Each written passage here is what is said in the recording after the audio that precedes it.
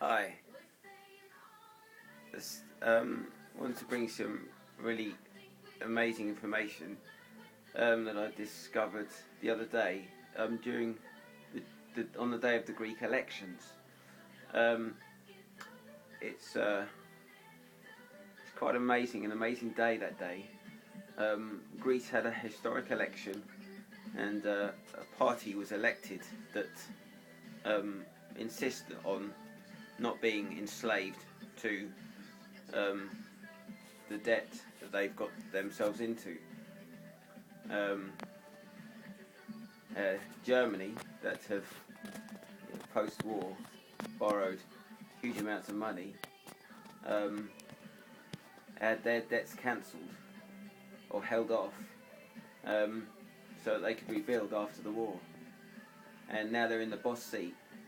They're refusing to cancel the debts of Greece, want to hold them, and the population in poverty and desperate circumstances.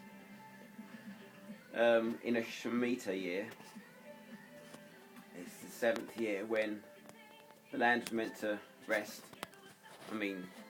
But for us, the relevance of the Shemitah year is that we're to get right with God and cancel all debt. No one's to hold. It was never God's plan that people should be held indefinitely in debt to any other person for any reason. That doesn't mean that you shouldn't pay your debts, but it's a two-way street. The intention of debt is to create opportunity, and if it crosses the line and endures, becomes a burden and not an opportunity. And too many times creditors have put their debtors in chains. So this is a Shemitah year, ends September 13th. There's a partial eclipse on that day. Something else I wanted to bring to your attention: the day of the Greek election. Something you might think is unconnected. Demis Roussos died. He's a big Greek superstar, and he was around for decades, hugely popular. And I'd like to know what his name means, actually. Probably Demis Roussos, probably half-blood or something, which again is quite interesting. Probably not a coincidence. I could be wrong. You need to check that out. I can't check everything. Check everything I say. But I checked his back catalogue, and interestingly, he was in a band called 666.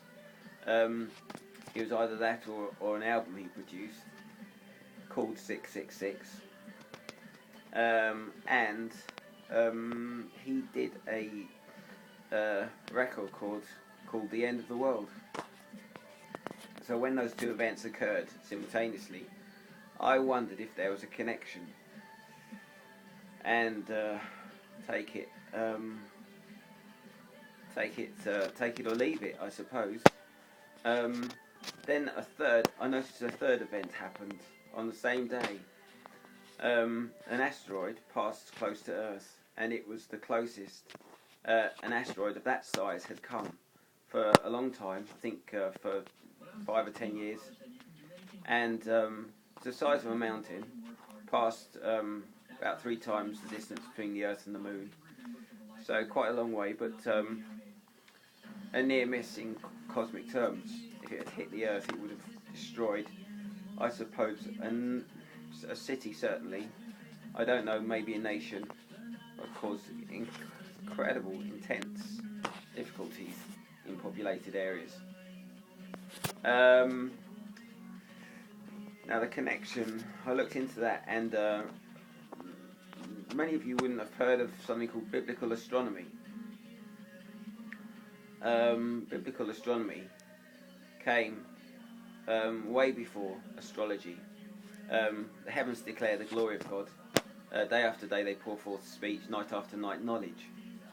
And so the stars and planets, if you look at Genesis 1, I think it is, talks about them being put there for signs and seasons.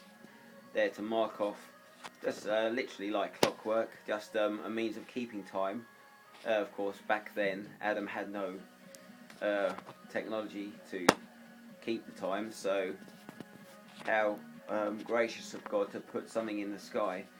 But not only that, there's more to them than that. And these signs that God has put in the sky can be interpreted. So biblical astronomy came, superseded, came way before astrology, which perverted God's original plan for the stars and kept Christians and believers and Jews away from the true purpose of their existence, which is to inform people of what events are coming and what God is saying at this moment in time. Take the wise men, the two wise men. There's no biblical evidence that there were three, but there may have been. They had three gifts, didn't they? They came from Babylon, where Daniel had been previously, and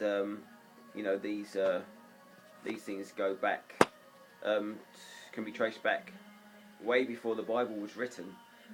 So before the Bible was written, God needed a way to communicate His plan, and He's been broadcasting His gospel throughout the earth that way, through the plan through the what's been going on and the way the stars are laid out. You have what is called the zodiac today. Was just was just the gospel written in the stars. I mean, you have Virgo the Virgin, you have the lion, Leo the lion, Draco the snake, all biblical themes, and you could go right through all the patterns in the sky, and they appear to be intact from the point of creation, and their significance and meaning has been carried down through the ages, can be found in Babylonian records. So you can be sure that they predate that, I believe, because they're consistent with the Bible, against which we measure everything.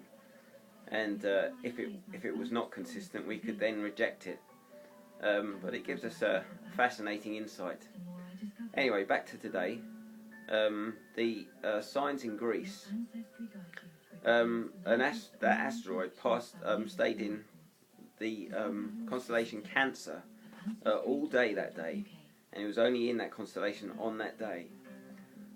Cancer has the significance, and get this, I think this will blow you away, of the gathering into the sheepfold.